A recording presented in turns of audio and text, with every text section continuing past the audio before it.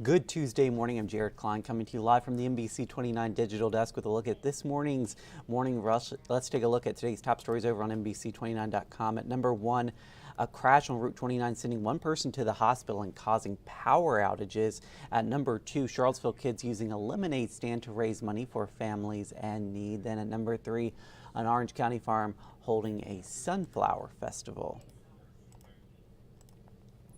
First this morning on the local beat, since SNAP benefits have new post-pandemic requirements, many people who once qualified now don't. That means food banks and food pantries around the NBC29 viewing area are seeing more of a need. With fewer donations, the Blue Ridge Area Food Bank went over budget to buy food. The Emergency Food Network says after SNAP benefits changed, it noticed a spike. Now, despite this, food banks and the pantries around here tell us that they will be able to keep up with demand. The Charlottesville Albemarle SPCA says it is changing its hours to better serve potential pet owners. After getting some feedback, the CASPCA will now close on Mondays. From Tuesday to Thursday, it will be open from noon to 6, and on weekends from noon to 5. The SPCA found more people stop by during the late afternoon or on their way home from work.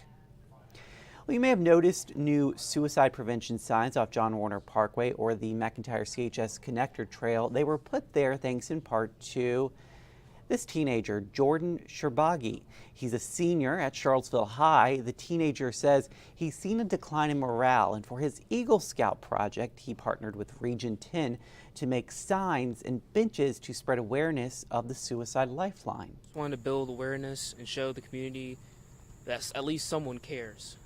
I know a lot of people will see it, and that's the goal that I'm trying to bring.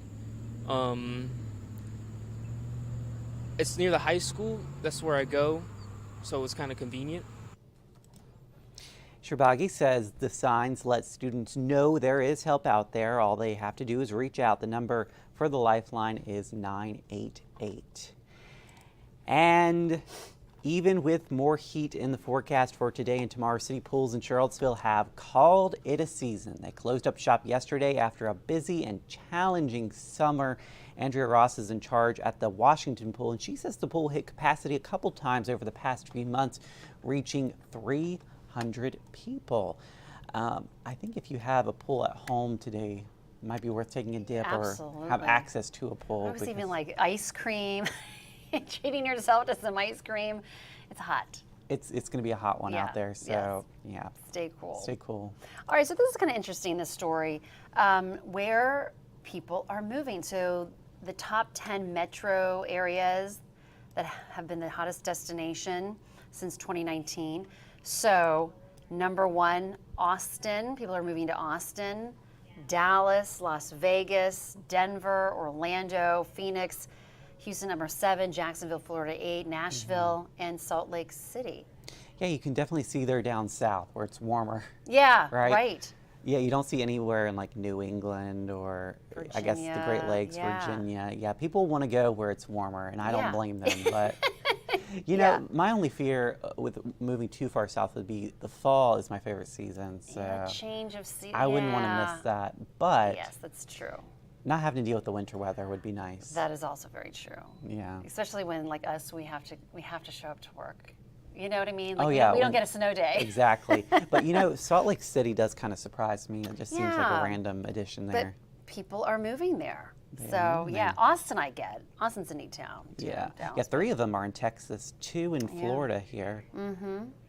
Yeah. So. Interesting. Yes, it is. Okay.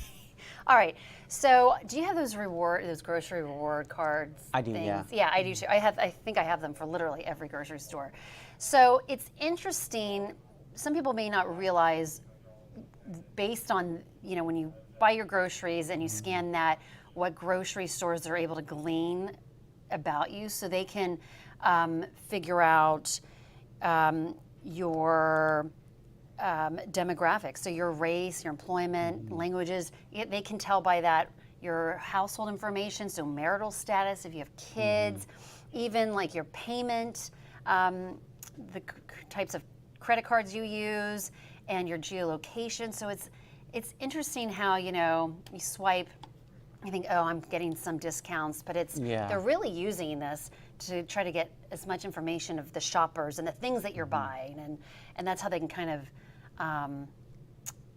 cash in on that too. I feel like every store has a card, and they ask you, do you have our card? Well, no, I don't have every single store's card, or my entire keychain would be filled with cards. Right, yeah. But yeah, I wasn't aware they were tracking all that information just from buying some groceries. Right. I mean, how could I'm like, I guess they can tell I have kids because I buy like, kids snacks. I don't, it's interesting. Yeah, how did they figure that out? I guess with diapers and formula and baby food, like that would, I guess, tell them. Yeah. It's interesting. And kind of that big brother kind of feeling I get from that, which is interesting. Okay, finally, this is a kayaker captured this moment, a shark chasing a seal.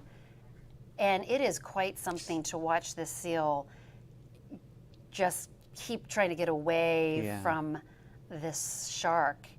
The video ends at some point here, but I'm not sure if the shark who prevailed here, but it's amazing. I mean, I'm like gasping every single time the seal pops up. I know. I'm like, please keep going.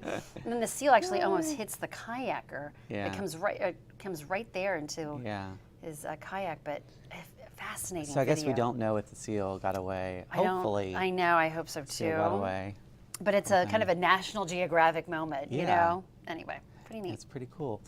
All right. Well, good morning to Rita. She's watching us at UVA.